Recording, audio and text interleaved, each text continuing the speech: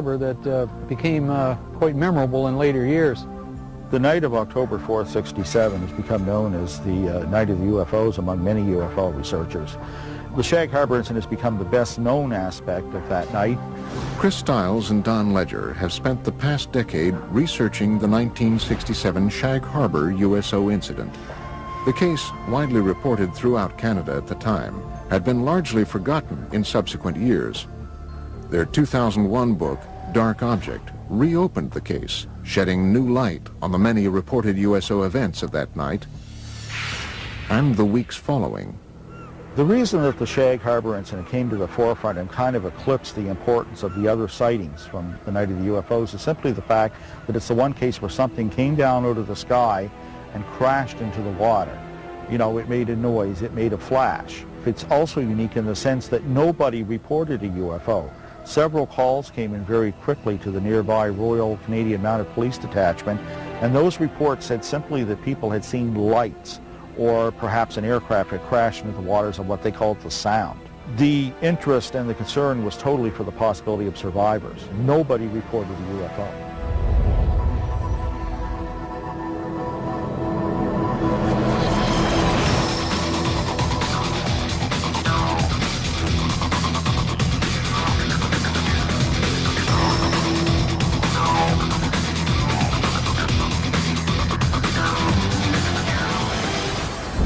I'm not surprised now that I had seen something in the sky that night, because all over Nova Scotia, the night of the Shag Harbor incident, there were many UFO reports. Just up around the bend, we'll be coming into Shag Harbor, and the site crowd gathered and watched whatever it was that happened here 38 years ago today. Each year, Ledger and Stiles make an anniversary trip to Shag Harbor to meet with Norm Smith, one of only 3 surviving witnesses. See the island out there? That's where it all took place, right off there. That's where we seen the light in the water. Hey, sir. How you been? Good. Wow. How are you? Same old, isn't it? The 3 of us stood on the lawn watching the lights. Eventually it started going, it looked like it was moving to us, and then on a downward slope towards the ground, we thought it was a plane crash. So we jumped in the vehicle in my old man's car and my uncle's, and we went up to this spot right here by the Irish Moss plant. And when we got here, there was probably 10, 12 other people. We watched the lights on the water for a period of 2 or 3 minutes, and then the lights disappeared. What happens next is indisputable. Before midnight on Wednesday, October 4th, the Royal Canadian Mounted Police officers who witnessed the event from the shoreline searched the water on boats until 3 a.m. with the help of several local fishermen, including Norm Smith. At noon on Friday, October 6th, Canadian Navy divers from Halifax arrive and search the area through the weekend. Eventually, 7 divers were dispatched from the Fleet Diving Unit in Halifax and taken down to Shag Harbor.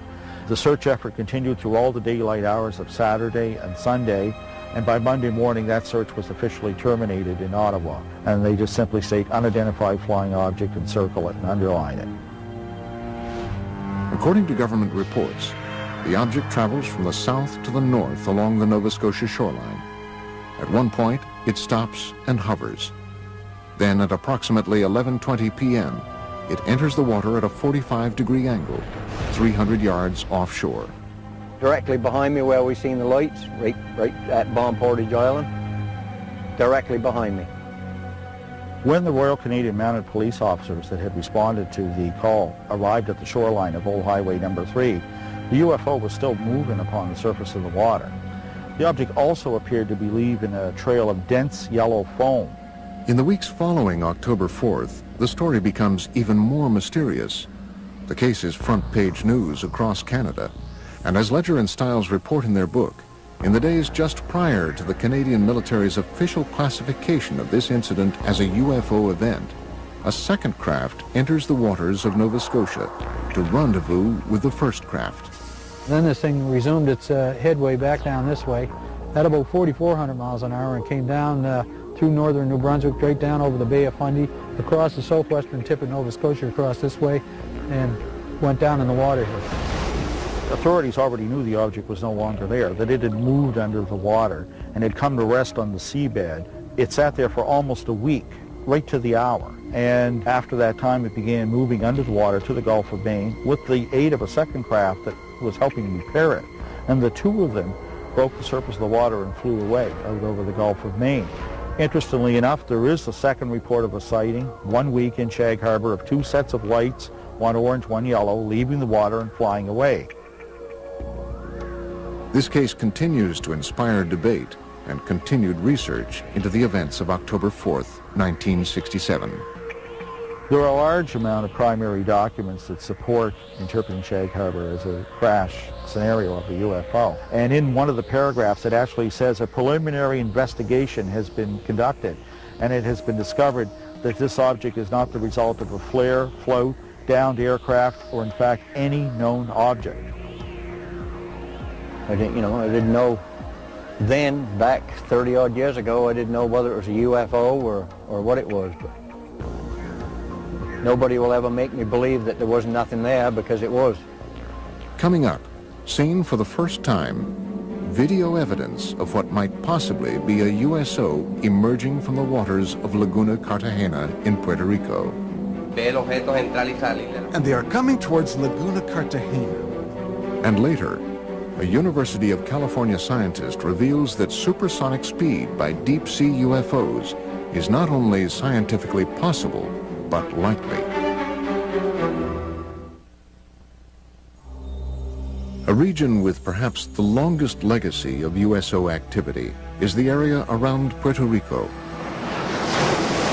As the mysterious southern point of the Bermuda Triangle, the island has been at the center of USO debate for decades. Puerto Rico is a hot spot for underwater UFO activity, and it seems to match the pattern of other cases. Puerto Rico is considered in all of the Americas to be the place where there's the greatest number of USO sightings. Members of the Puerto Rican-based ufology group, Project Argus, agreed to lead a tour of some of the island's more notable USO-related areas. Laguna Cartagena is an isolated lake near the southwestern corner of the island. It has become linked to much of Puerto Rico's reported USO activity. I have been conducting investigations for years in Laguna Cartagena, where there's also a lot of secrecy about USOs. Laguna Cartagena since 1930 has been a place where hundreds of cases were reported of flying objects coming and going from the area. October 8, 2002, approximately 9 p.m., Puerto Rican police officer and Project Argus member Carlos Torres witnesses a red glowing USO fly out of the waters of Laguna Cartagena at an incredible speed. Then it stops and hovers just above the water. I was a witness of an object suspended over Laguna Cartagena. The military got involved because they were also witnesses. The object flew away and then back from Monte Indio. And it stopped and hovered over Laguna Cartagena. After hovering for several minutes over the area, the object was seen to crash back into the lake. Another Argus member, Giuseppe Quinones, believes he captured the same object on videotape in 2004. I took a video on November 20th, 2004, in the immediate area of Laguna Cartagena. Seen for the first time, possible video evidence of a USO near this enigmatic lake. The brightly lit craft-like object was seen emerging from the water. Here, it hovers for almost 1 minute before flying away. In the mid-1990s, several attempts to disprove the USO activities were made, despite hundreds of witnesses that said they saw lights going in and coming out of the water. They have been seen all over Puerto Rico. Specifically, the most mentioned places are Laguna Cartagena and Route 303. The region of Lajas, through which Route 303 runs, has been another source of significant USO and UFO reports. including a possible 1997 crash on Monte Indio that left behind a scorched earth impact zone and many unanswered questions. In May 5, 1997, an UFO crashed there, burned many lands on the top of the mountains, and there was federals that night, and they obtained something that we don't know, an UFO. After this 1997 incident, local government officials began to take USO and UFO reports more seriously. As a direct result, the mayor of Lajas, Puerto Rico, recently designated the roadway through the heart of Puerto Rico's UFO country as UFO Route 303. But for now, other USO-related events around the island are far more pressing for experts. In the hills around Lajas, a mysterious government aerostat, a tethered balloon-borne radar, is frequently launched up to 3 miles in the air, ostensibly to monitor air traffic and weather. However, USO researchers believe the balloon's real function is actually covert, to observe and record UFO and USO activity. There is a government document in the legislature. Are we alone in the universe? There is no greater mystery. For years, extraterrestrials have taken hold of our imaginations and permeated our culture through countless books, television shows, and films. We don't live in a demon-haunted world of the Middle Ages or ghosts and poltergeists of the 19th century. We live in a world of NASA and the space shuttle and space exploration and Star Trek and Star Wars and Close Encounters. For many people, aliens are more than just the stars of Hollywood blockbusters. I do believe in aliens are here. I think they've been here for quite some time. I've never seen him personally, but I don't think we're it. In fact, according to a recent CNN poll, 1 in 7 Americans has seen or knows someone who has seen a sign of alien activity. I've had many sightings myself. I've had many experiences. I've seen alien UFOs when I was in Vietnam. They were flying so fast, so far above what we had. As eyewitness reports pile up, 80% of Americans continue to believe that the government isn't revealing everything it knows about UFO activity. I believe that there's some kind of a mandate to cover up information that would reveal the truth about extraterrestrials. So is anyone out there? The best place to look for answers is at the site of the most infamous alien controversy of all, Roswell, New Mexico. Roswell is an extraordinarily important event because obviously it answers all the questions. Are we being visited? Yeah, an alien spacecraft crashed. The Roswell incident is a fascinating story, not of aliens, but of myth-making. These are the known facts. In the first week of July 1947, several Roswell residents saw a strange object blazing through the night sky. The next morning, a local rancher found debris from a crash out in a sheep field. With the Air Force's 509th Bomb Group stationed just a few miles away, the site was soon closed for inspection. The head intelligence officer subsequently issued a press release to the local paper.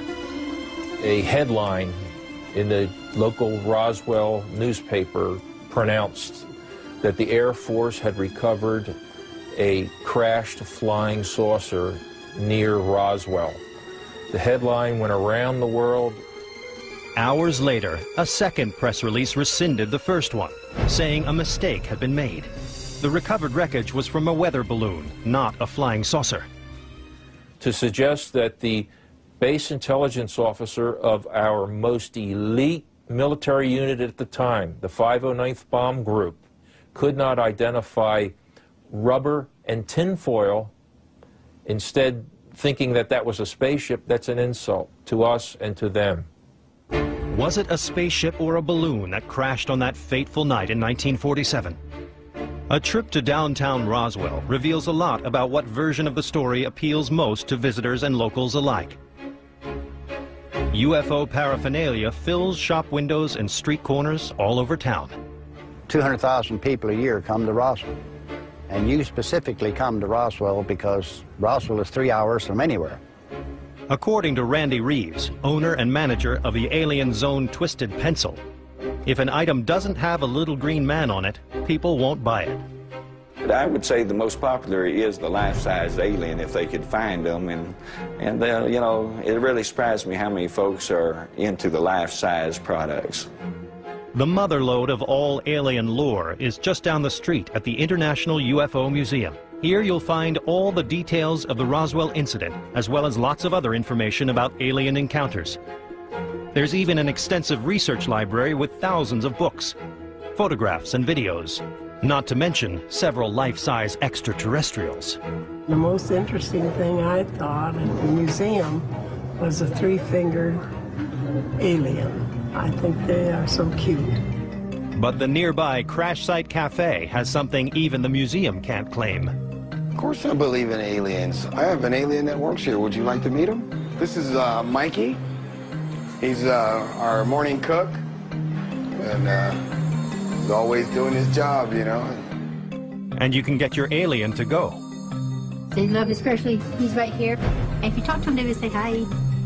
But the Roswell incident hasn't just become about cute toys and novelty bumper stickers. Nearly 50 years after the mysterious crash, UFO experts continue to devote serious attention to this bizarre event, and many of them are still trying to prove that it was, in fact, an alien spaceship and not a weather balloon that crashed in the field. I've been doing the research for the last 25 years and full-time for the last 10 years. Roswell investigator Dennis Balthaser has interviewed hundreds involved and believes the government's actions suggest a deliberate cover-up. If this was a weather balloon, why were civilians threatened? Why were they told you cannot talk about this and threatened if they did talk about it, they'd be in trouble? Nuclear physicist and premier researcher of the Roswell incident, Stanton Friedman, finds this evidence compelling. When you have people like Thomas Jefferson Dubose, the chief of staff to the head of the 8th Air Force, a colonel and a general when I talked to him, retired, when you have him tell you flat out that he took the call from his boss's boss telling him to cover it up and send some of the wreckage up there. He was in Fort Worth, Texas. The boss was in Washington. And don't ever talk about it again. And I got that straight from him. That's not a third-hand story. You have to respect that. Colonel Jesse Marcel, the base intelligence officer, described to Friedman the strange debris found at the crash site. There were no wires. There were no vacuum tubes. No little tag saying made in Oshkosh. You know, airplanes are made out of standard parts. There were some I-beam-like pieces, the shape of an eye, like, except only this big. But they had the weight of balsa wood, and they had strange pastel purple symbols along the inside of the I-beam. None of this was conventional. The debris was brought back to the hangar here and guarded for a few days prior to being shipped out to Patterson Air Force Base in Ohio. But it wasn't just debris that was shipped out of town. Reports from retired military personnel may prove something much more disturbing had been found at the crash site. Coming up, alien bodies emerge from the site of the mysterious crash. They were most often described as little people between 3.5 to 4 feet tall, with large heads, slightly slanted eyes, and a frail body. And later, an alien abduction may offer clues to extraterrestrial intentions. I'm sure somebody on board said, "Oh, why did that idiot go underneath the saucer?"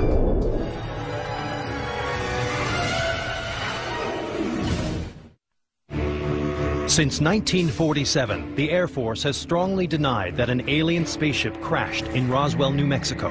Half a century later, a videotape surfaced showing the military autopsy of one of these aliens.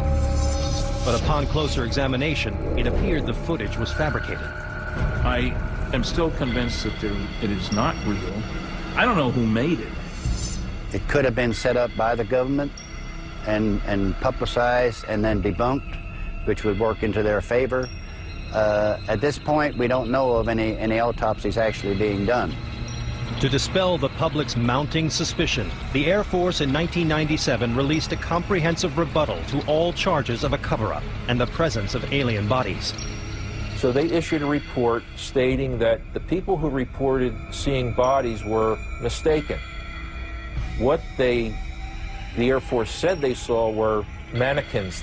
These mannequins, which were over 6 feet tall. Well, we've done some checking on that story, and the dummies weren't used until 1953, 6 years after the event happened.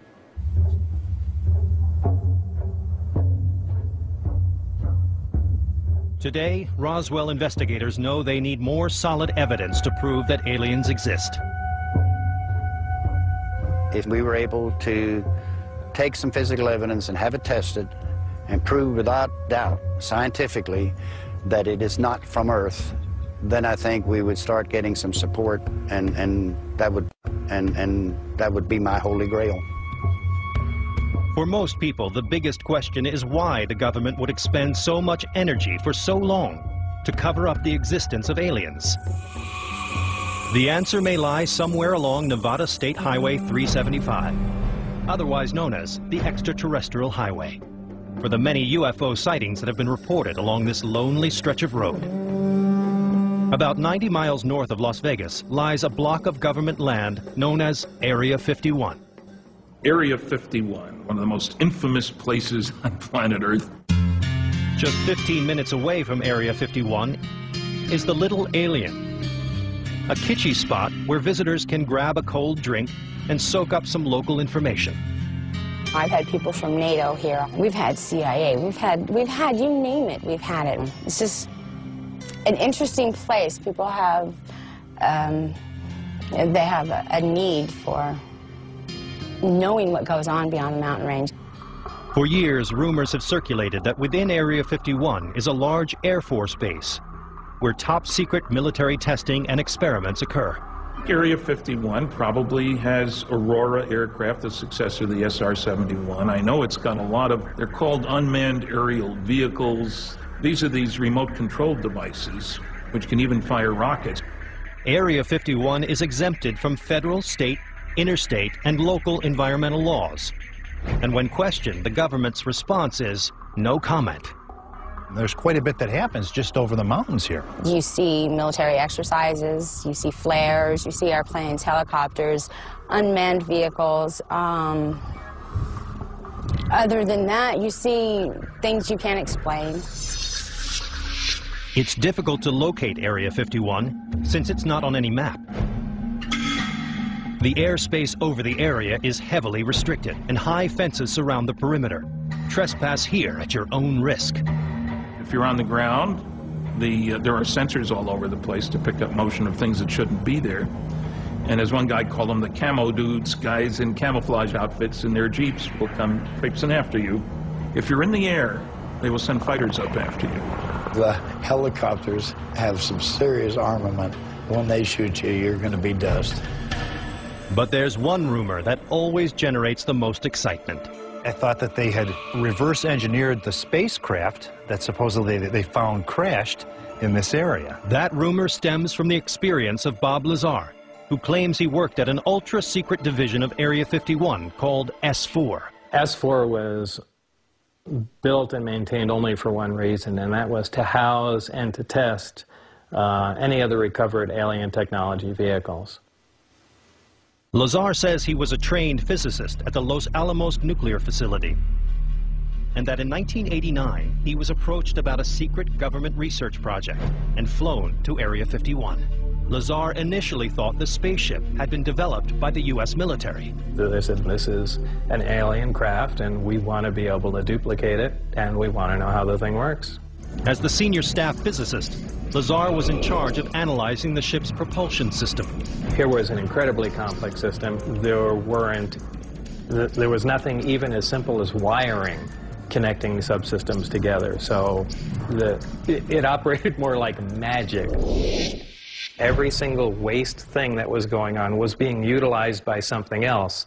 So it was, for all intents and purposes, completely perfect. Over the next few months, Lazar and his team made little progress in understanding how the craft worked.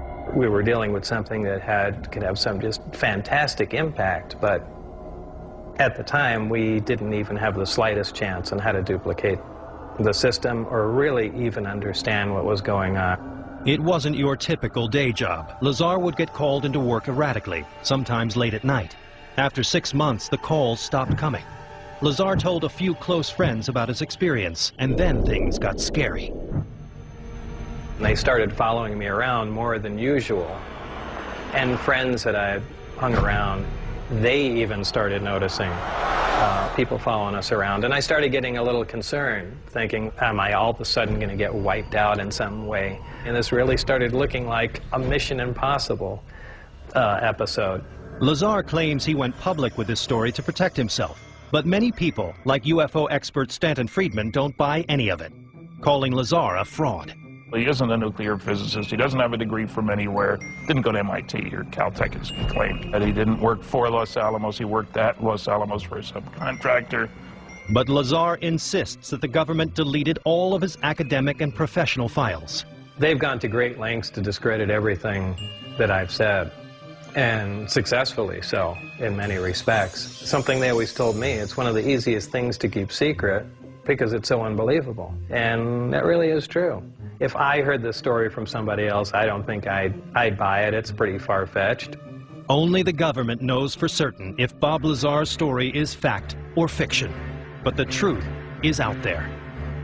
Coming up, a very close encounter of the third kind. Their features were small except for the eyes, and the eyes were huge. And later, could increased sightings around the world suggest we're due for an official visit? I have a sense that there's still more to come. It's not over. It's not over.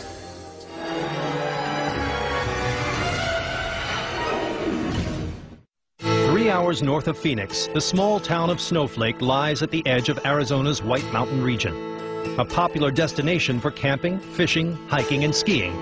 This high-altitude area enjoys plenty of sunshine year-round. But you don't want to be stranded on these mountains on a cold, dark night. Just ask Travis Walton. Born and raised in Snowflake, he's still haunted by his intimate encounter with alien beings more than 30 years ago. For years after the incident, it occupied my every thought all the time. It's something I just couldn't shake out of my mind. At the time, Travis was 22 and working on a logging crew in the Sitgreaves National Forest, just outside of town. On November 5th, 1975, the team of 7 men piled into a pickup truck after a long day's work and headed home just after dusk. We're coming down this road, and we saw some glimmers of light coming through the trees off to the side, up ahead. We were thinking, well, maybe a forest fire, or maybe an airplane had crashed and was hanging up there in the trees or something, because it was just something really very strange. As the men got closer to the source of the light, they all fell silent. We looked off to the right side, and we saw this object. This was less than 100 feet away, this glowing metallic object hovering there, outlined against the sky. Just the most incredible thing we'd seen. Somebody yelled out, "It's a spaceship." I mean, it was just incredible. And I yelled, "Stop the truck." To the horror of the other men, Walton got out of the vehicle.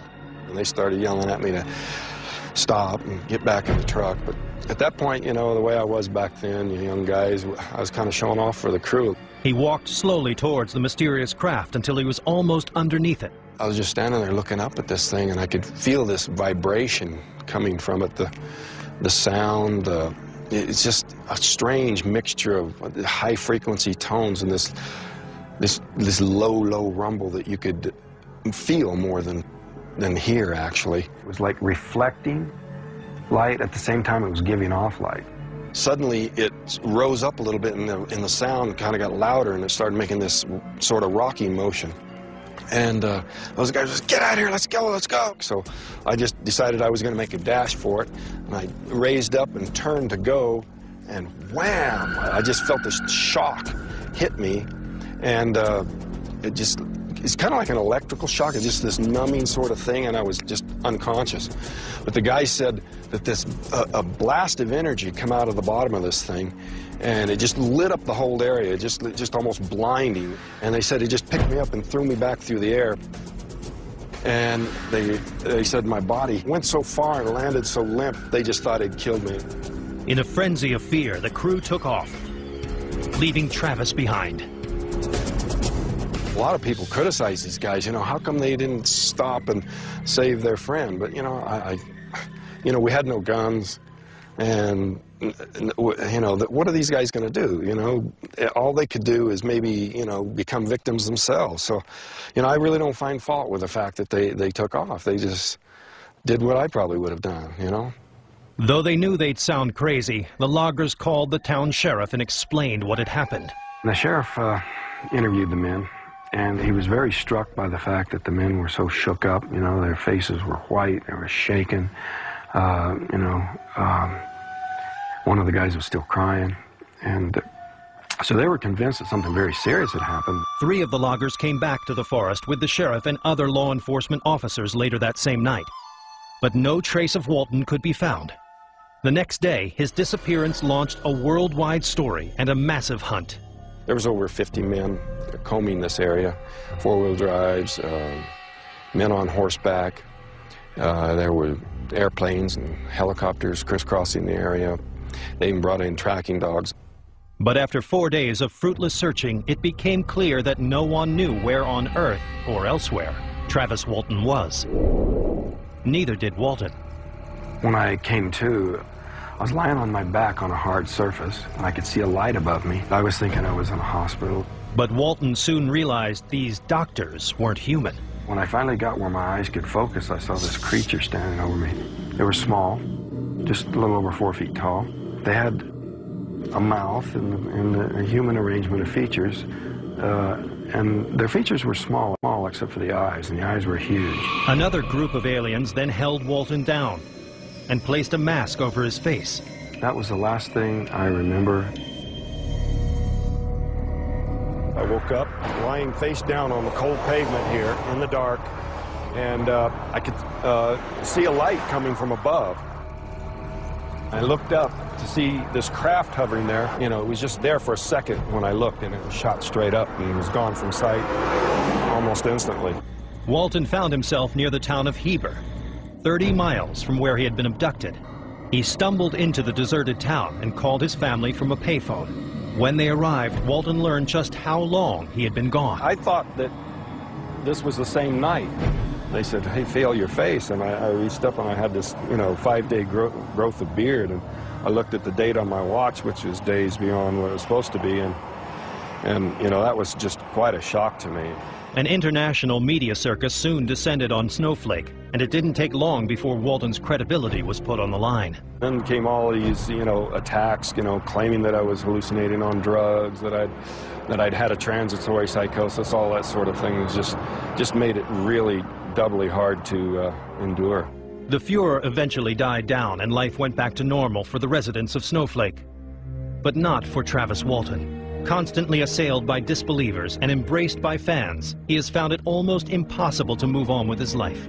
A lot of people think, oh, you were chosen. But I don't like that. And I prefer to think that, you know, I was in the wrong place at the wrong time and I did the wrong thing, getting too close.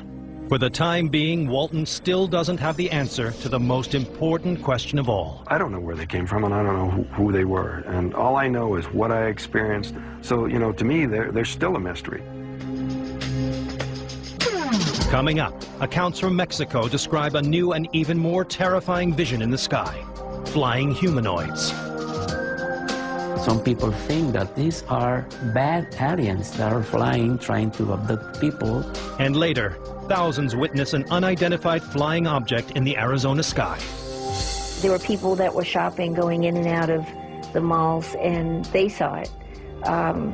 There were people who were outside jogging, and they saw it.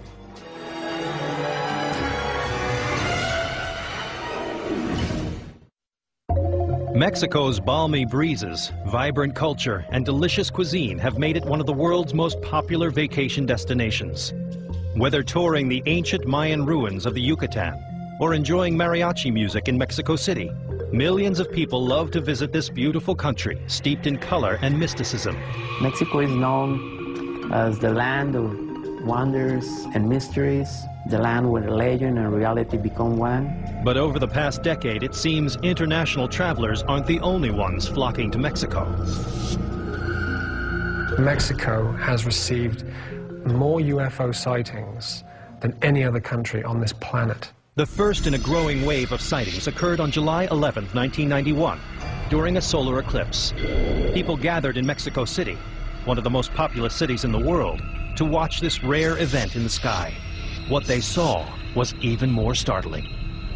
At that moment, when the eclipse began, the people were taping, and suddenly a strange unknown object appeared. They witnessed metallic objects, unidentified flying objects, appear in the sky just as the eclipse was taking place, and remained in the sky as the eclipse was finishing. 17 different people in Mexico City from different vantage points filmed this event. The images that got caught on tape were so spectacular, were so real, were so nitty, so explicit, that we finally realized that we have a very solid and important evidence with many witnesses from different places. From that day, the Mexican people realized that it was real. Since 1991, hundreds of UFO sightings have taken place across Mexico, many during the day. The military has gone from complete denial of these events to a more open position. The Mexican government, the authorities, the military, have been kind enough to talk about the phenomena, to give comments, to acknowledge that most of the incidents really took place, that they believe in the phenomena, they don't have still any explanation, then that's the truth. Since the UFOs never seemed to take any aggressive action, most Mexicans were delighted by their regular appearances. But that all changed on January 16, 2004, when a trembling young police officer told reporters he had been attacked by a flying creature in the city of Guadalupe. ¿Realidad o fantasía? Le tendremos la historia de un policía de Guadalupe que narra la supuesta aparición de una bruja. As he was patrolling the crime-ridden area in his car, the young officer claimed a figure dropped from a tree onto the road. At that moment, he stopped the car, the patrol car, and he noticed something. This body was floating above the ground. He turned on his high beams for a better view. Estaba vestida de negro y tenía los ojos grandes y tez morena. Ya no cansé de ver más. Estaba vestida de negro, traía un gorro con una punta hacia atrás. Pero no tenía nada de escoba, nada. Pero iba volando sola. The creature then suddenly flew at the car, smashing repeatedly into the windshield. So he put the car in reverse, the patrol car in reverse, trying to run away. He asked by radio for backup, and this flying thing was trying to grab her through the windshield. She was looking at him. It was very close. Terrified, the police officer raced backwards, hitting a wall and losing consciousness. Later, medical tests revealed that the officer had no drugs or alcohol in his system, but was in a deep state of shock. Psychological test revealed that he was not suffering and has never suffered any kind of hallucination or any kind of psychological disorders. Many ufologists say that what attacked the officer is a new and frightening alien being called a flying humanoid. One amateur video even caught two flying humanoids in the air together. This was like a huge dark being with some kind of big, huge cloak. Above this big flying being was a winged entity. Suddenly, a smaller being is expelled from the big flying entity and fly away. And then that smaller entity returned and was absorbed by the bigger one. ¡Ay, ay, se le pegó! ¡Se le metió! Como tapa. Some people think that these are bad aliens that are flying, trying to abduct people. However, these are only theories. We don't know exactly what's going on. But the images are there. UFO investigator Stanton Friedman doesn't find these images persuasive evidence that the creatures are real. I've looked at a number of reports of flying humanoids. I wasn't terribly impressed But believers like Ed Sherwood think it won't be long before these creatures and others make themselves known in the United States. The people of America are ready for the fact we are not alone. And I do think that coming up in the very near future, there is going to be an unprecedented UFO event, an event that once and for all affirms that we are not alone. Coming up, some residents of Phoenix, Arizona say they've experienced such an event. Is this proof that we're not alone? Thousands and thousands of people saw it. And later, have aliens been here before? The petroglyphs show objects hovering in the sky and little stick figure people pointing up, looking at it.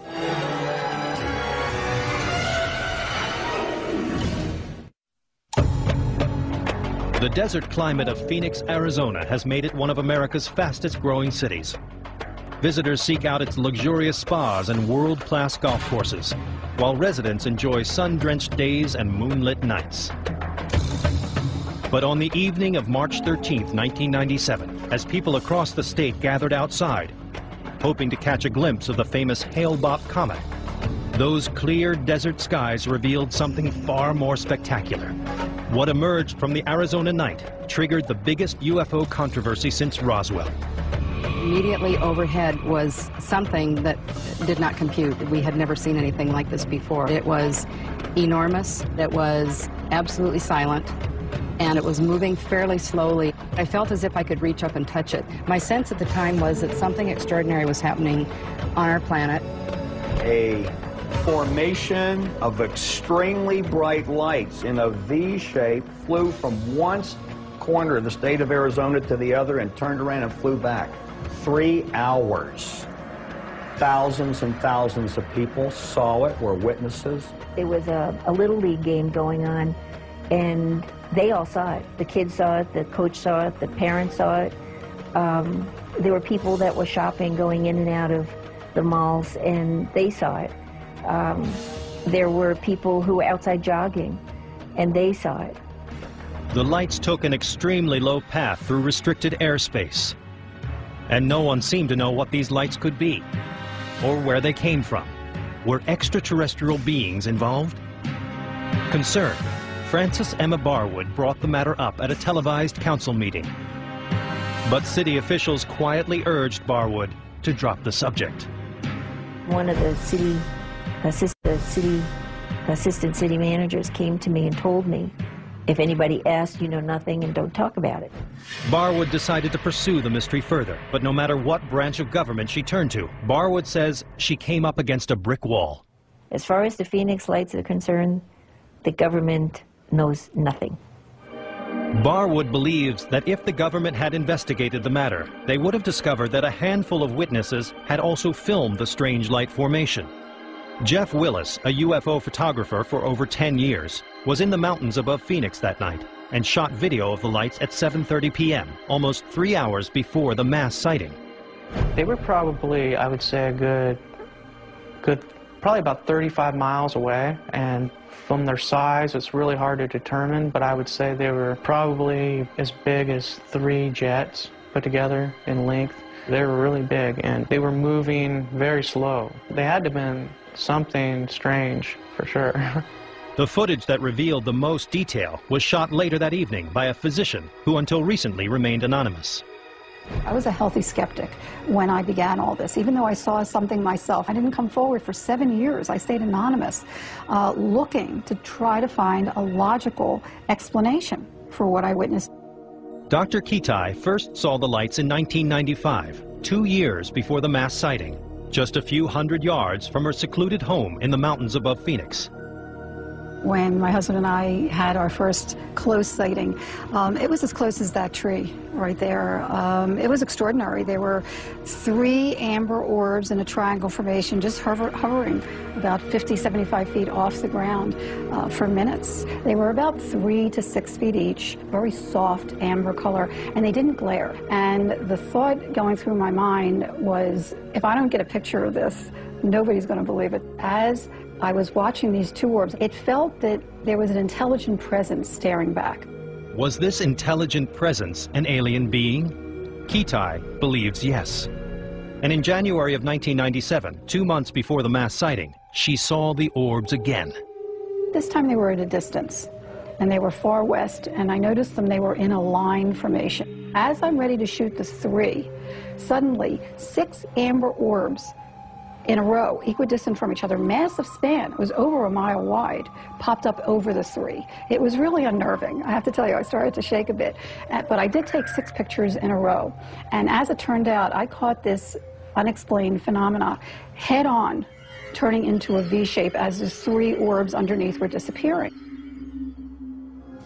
When Dr. Kitai realized how many other people had seen the lights that night, she decided it was time to share her footage with Village Labs, a high-tech computer imaging company. Founder Jim Dilettoso and his employees have years of experience in exposing fake UFO videos and photographs. I'm a scientist, I'm an experimenter, we're a lab. I hardly ever had said it before that the pictures that we had tested could be an extraterrestrial spacecraft. Using Kitai's video with 2 other videos shot at the same time, technicians were able to triangulate the exact position and path of the lights. We got very involved in converging all the images, matching up the times that the television news was on in the background with each of the cameras to create a position of greatest likelihood of where the object was placed. However, military personnel claimed that the lights were created by high-intensity flares from an Air Force A-10 aircraft. I think that best explains the eyewitness accounts and the actual videotape that we have of them. I mean, we have pretty good videotape. You can see them sort of coming into the screen, one after another, almost like there's a helicopter or a plane overhead that you can't see, dropping them one by one. But many Phoenix residents found the government's explanation difficult to swallow. They said, oh, we forgot. There was this group of planes that came in from Maryland, and they flew all the way into Arizona, and nobody knew about it. That's like saying that I can build my own F-15 in my garage and roll it out on the street and then start dropping bombs all over the place and then fly it back down and put it in my garage. And they would say, oh, we don't know what that was because we had no knowledge. I had seen this up close and personal in '95, and nobody can tell me that it was military. This was extraordinary technology in a private gated area. To determine whether the lights were flares or not, the technicians at Village Labs compared the optical properties of the lights to footage of military flares. Our contention is that there is no scientific data that these could be flares. We came to the conclusion that they were orbs, that they were balls, that they were steady, they were consistent. Jim Dilettoso and his team also spoke with hundreds of eyewitnesses about the size and shape of what they saw. It was evolving as a flying machine. It was able to make its wings bigger, smaller. So what, according to Jim Dilettoso, are the Phoenix Lights? It's not flares, not A-10 aircraft in formation, not an Aurora aircraft, not a hologram, not a bunch of rich guys in lighter-than-air airplanes in formation. It was an unknown. We couldn't get a match to anything. It's an unknown. An unknown. Those who've seen them believe to be UFOs. Coming up, what did our ancestors know? You go back into the stories from history. There's a guy pointing, and there's looks like a spaceship of some sort. Find out next.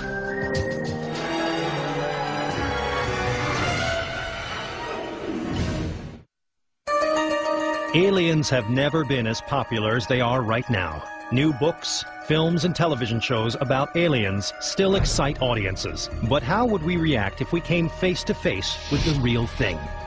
As more and more UFOs are spotted in the sky, many UFO experts say it's time we ponder that question. It's happening at a faster pace. Something is happening. Something is, you know, in my own estimation, because it is so extraordinary, it is happening worldwide. In the years since the Phoenix Lights were seen by thousands, similar sightings have been reported around the globe. 1 month before our mass sighting on March 13th, 1997 in Arizona, there was also a mass sighting in St. Petersburg, Russia on February 19th, 1997 of almost the identical phenomena. It's happened in Turkey, it's happened in Russia, they've got pictures in Hungary. It's been seen all around the whole world. And nobody in power that can do something or say something, they don't want to even talk about it. It's like it doesn't exist, but it's been caught on film all over the place. I have a sense that there's still more to come. It's not over. It's not over. One way to predict what these lights mean for our future is to look for clues from our past. It turns out these orbs have been seen before by other cultures in other times. Many people think aliens have been visiting Earth for thousands of years. References to visitors from the sky can be found throughout art history, from petroglyphs in the Arizona mountains to medieval paintings. The petroglyphs show objects hovering in the sky and little stick figure people pointing up, looking at it. Like, what is that? And this proves to me that these things have been around for thousands of years in this area, before we ever got here. You go back into the stories from history, the paintings, where, you know, up in the corner, there's a guy pointing and there's looks like a spaceship of some sort. It's like, where did they ever get that idea unless they really saw it? There's stories throughout history of beings that come from the sky and light people, and it just goes on and on. For the millions who believe aliens are here, there are almost as many theories why.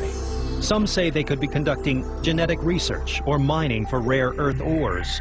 But many UFO experts seem to agree aliens are here to observe our progress. The aliens could have all kinds of reasons for coming here, but surely one of them is to make sure that we don't take our brand of friendship, hostility, out there. Friedman believes the aliens have been keeping a close eye on the simultaneous development of nuclear weapons, rockets powerful enough to take us to the moon, and advanced communications technology.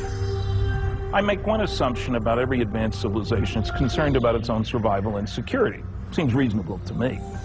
That being the case, you got to keep tabs on the primitives in the neighborhood, but only close tabs on those primitives who show signs of being able to bother you. In spite of frightening science fiction films, most people feel that aliens are not a threat to the human race. If they wanted to harm us, I would think that they would have already, because they've had plenty of opportunity. I get the feeling that it's more that they're observing us and maybe waiting for a time to see us, you know, and talk to us. I feel that they are beginning to come to visit us more and more frequently now because they understand that the human species as a whole is evolving. I don't know if these crafts are going to land. I don't know if these beings that we are seeing flying around someday will land and will face us. We don't know. So what will it take to convince the skeptics that this mystery is on the verge of being revealed? An alien knocking on their front door saying, "Hi, I'm an alien, I'm from Mars, where's your president?" Or, you know, "Where's the nearest Starbucks?" That's about it. That's what it'll take. If I could see one, then I would possibly believe. You know, we got to see it to believe it, you know. Probably going to take a landing for people to believe that something is out there. If it's going to happen, I think it's going to be soon. I think at this point that Earthlings are ready.